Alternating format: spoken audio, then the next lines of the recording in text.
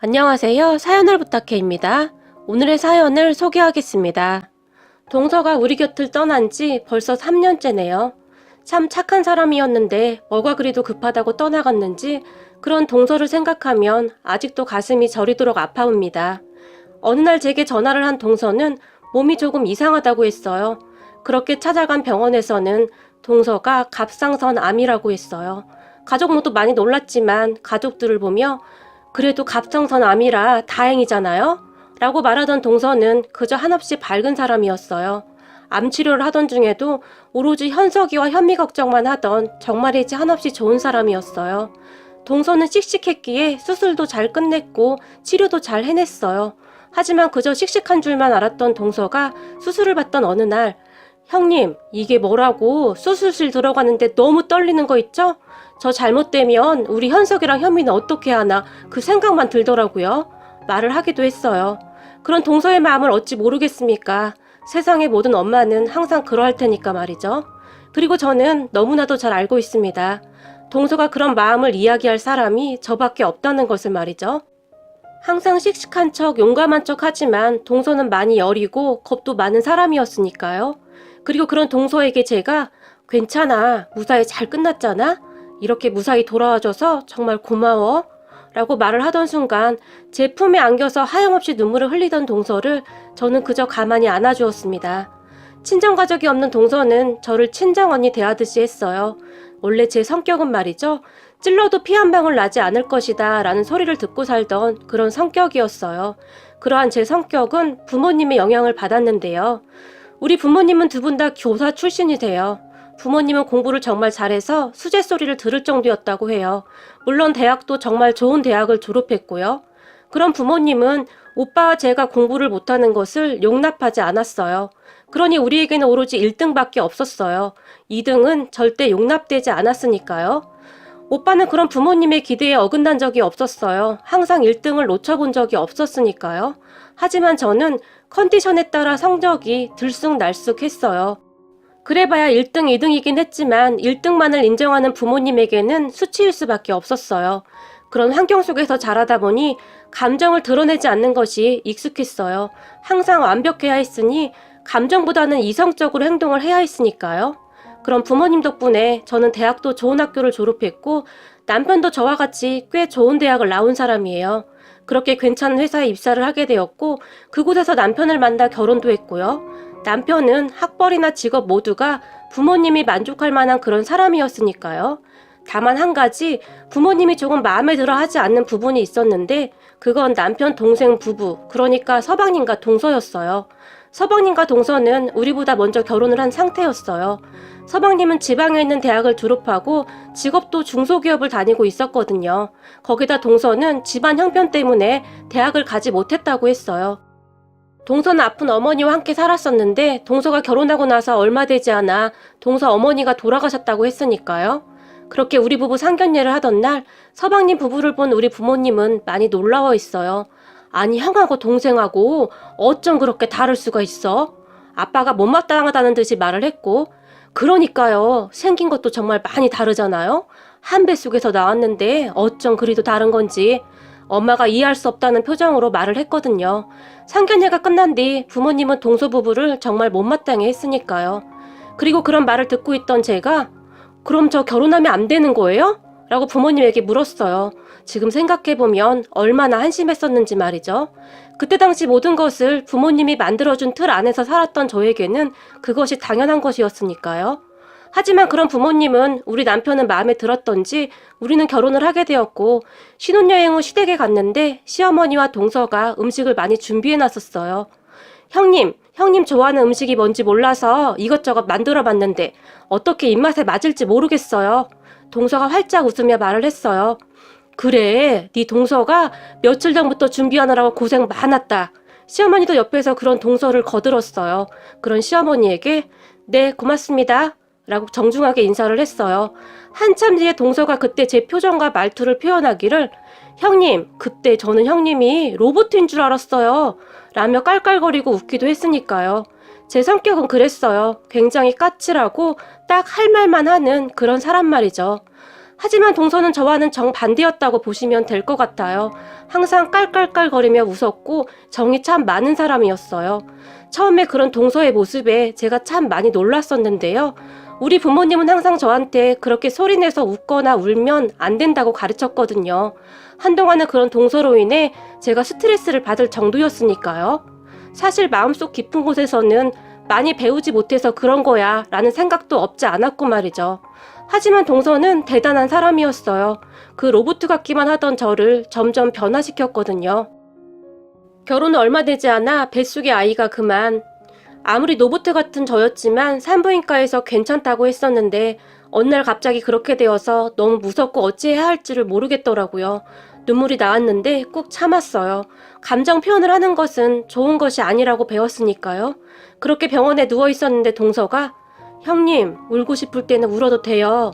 지금 형님 마음 많이 아프잖아요. 그럼 소리내서 울면 좀 가벼워져요. 라며 제 손을 잡았어요. 하지만 저는 그런 동서의 손을 매몰차게 뿌리쳐버렸고 말이죠. 누군가 제 몸에 손을 대는 것에 익숙하지 않았어요. 그때까지 동서는 저에게 남이었으니까요. 하지만 동서는 놀라지 않고는 저도 한번 그런 경험이 있어서 형님 마음이 이해가 돼서 그래요. 저는 엄청 울었거든요. 근데 형님은 참 이상해요. 지금 형님 눈에 눈물이 가득한데 그것이 나오지 않게 하려고 노력하는 사람 같아요. 동서가 제 눈을 똑바로 바라보며 말을 했는데 그때 저도 모르게 눈물이 뚝 하고 떨어졌어요. 그렇게 시작된 눈물은 끝도 없이 쏟아져 버렸는데요. 동서가 그런 저를 꼭 안아주며 괜찮아요. 다 괜찮아요. 형님 잘못이 아니에요. 라고 말을 해줬는데요. 그 말을 듣는 순간 그만 소리까지 내면서 울어버리고 말았어요. 병문안으로 왔던 우리 부모님은 누워있던 저를 보며 아니 너는 어떻게 했길래 이러니 그래? 책 안 봤니? 그러니까 모든 것을 철저히 공부했으면 이런 일이 없었을 거 아니니? 사돈이 뭐라고 하겠니? 너한테 실망했다. 라는 말을 하고는 가버렸거든요. 그리고 엄마에게 그 말을 듣던 그 순간 저는 이 모든 것은 내가 잘못해서 그렇다는 죄책감에 사로잡혀 있었어요. 그런데 동서는 제 잘못이 아니라고 했어요. 그러니까 다 괜찮다고요. 그렇게 동서와 저는 부둥켜 안고 한동안 눈물을 흘렸어요. 동서와 저는 그렇게 친해지게 되었어요. 학벌만 좋으면 뭐 하겠습니까? 공부밖에 할 줄 아는 게 아무것도 없었으니까요. 제가 보기에 동서는 저보다 훨씬 똑똑한 사람이었어요. 가족들을 항상 살뜰히 챙겼고 그런 동서는 가족들에게 없어서는 안 되는 그런 존재였어요. 그랬던 동서가 그렇게 떠나갔으니 남아있는 우리들이 얼마나 힘이 들었겠습니까? 갑상선 수술을 한 동서는 한동안은 괜찮았어요. 하지만 그 이후 암이 여러 군데로 전이되었고 그 충격은 어마어마했어요. 아마도 동서는 그때부터 준비를 했던 것 같아요. 유난히도 저를 찾았거든요. 그러던 어느 날은 형님, 혹시 말이에요. 제가 잘못되면 우리 현석이 현미 말이에요. 형님이 간간히 들여다봐 주실래요? 형님 그래 주실 거죠? 동서가 간절한 눈빛으로 제 손을 꼭 잡으며 말을 했어요. 그런 동서를 보며 싫어. 동서가 해. 동서 엄마잖아. 무조건 이겨내야 해. 알겠지? 현석이 현미 봐서라도 그런 말 하지 마. 나는 못해. 안 할 거야.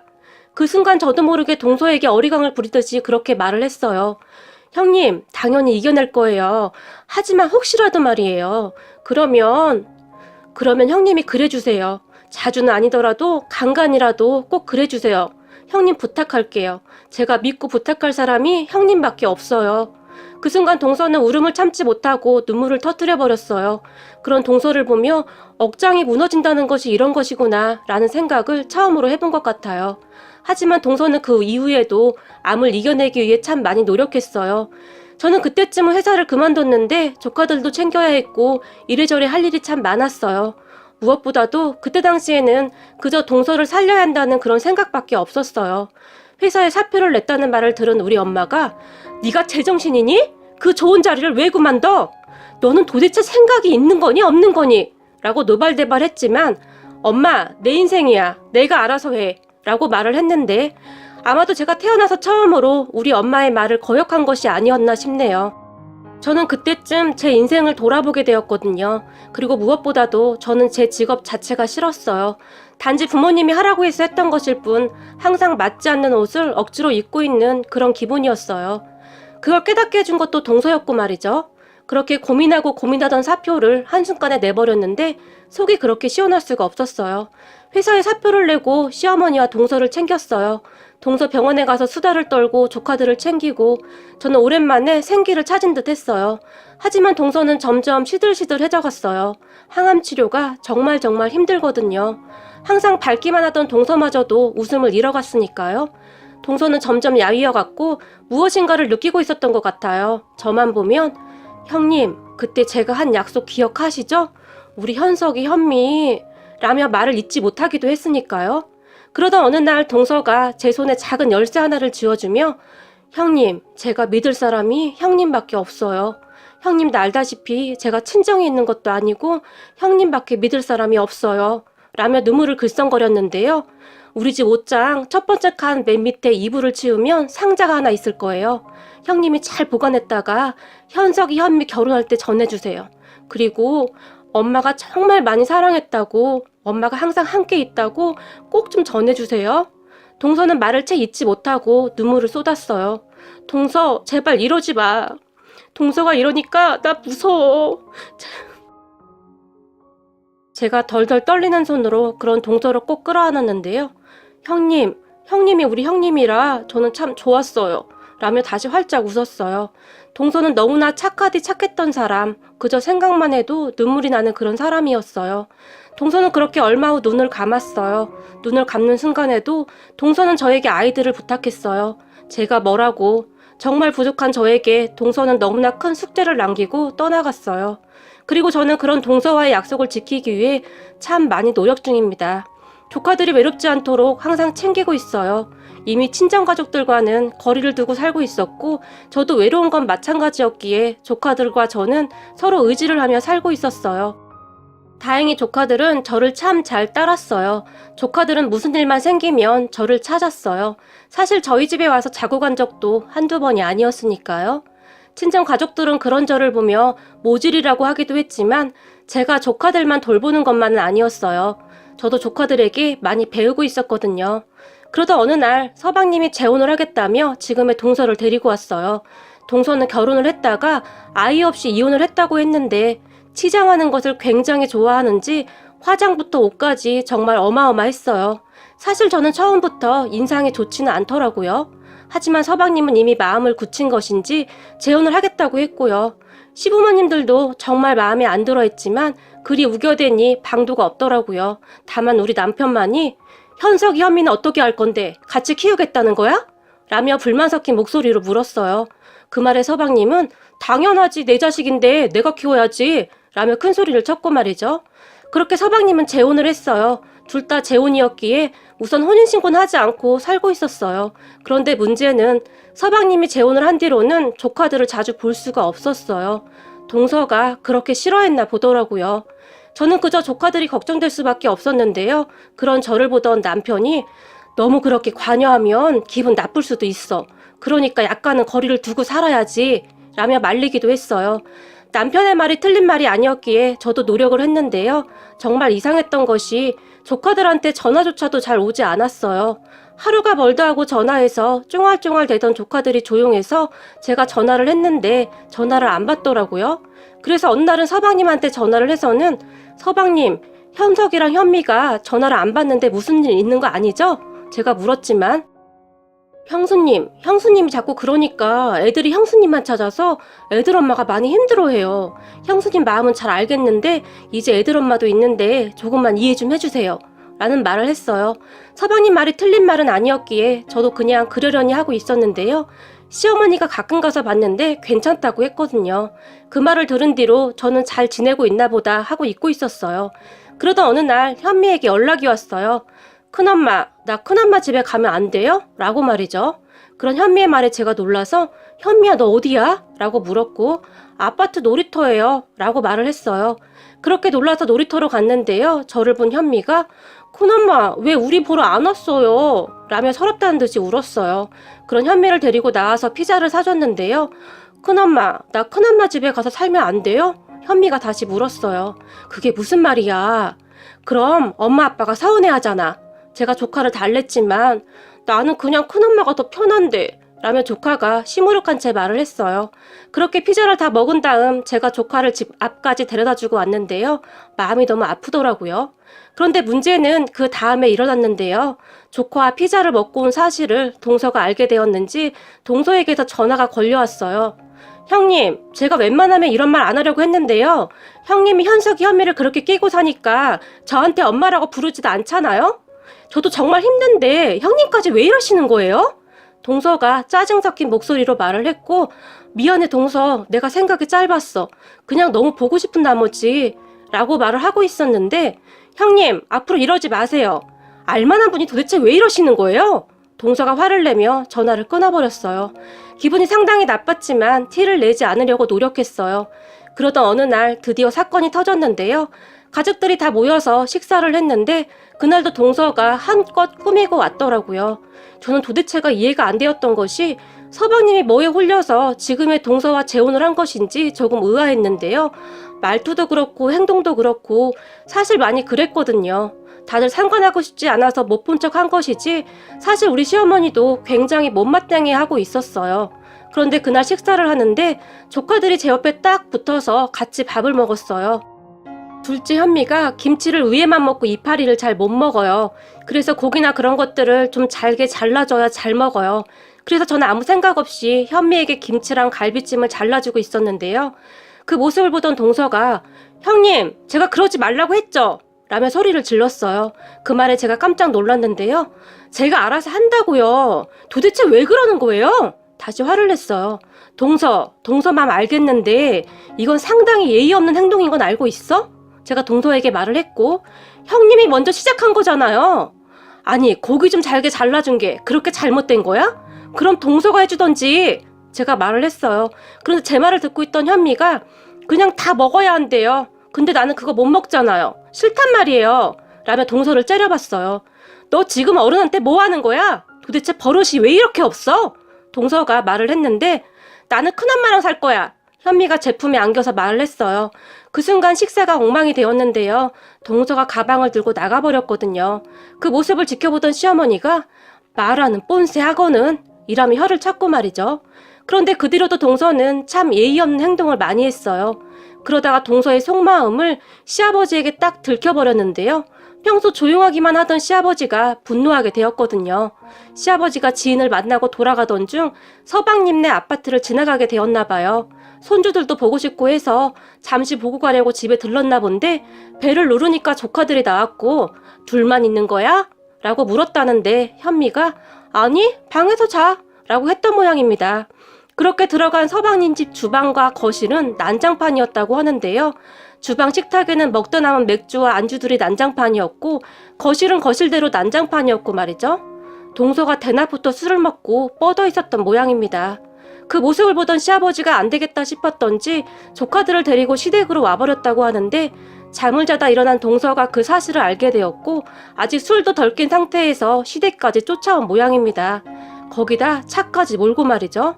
그리고는 난리가 났었는데요. 말도 없이 집에 오시는 거 정말 잘못된 거예요. 시댁에 들어서자마자 동서가 큰 소리를 친 모양인데요. 그럼 대낮부터 술 처먹고 뻗은 건 잘한 거냐? 시어머니가 동서에게 퍼부었던 모양입니다. 그쯤 시부모님들도 동서에게 불만이 쌓일 대로 쌓여 있었거든요.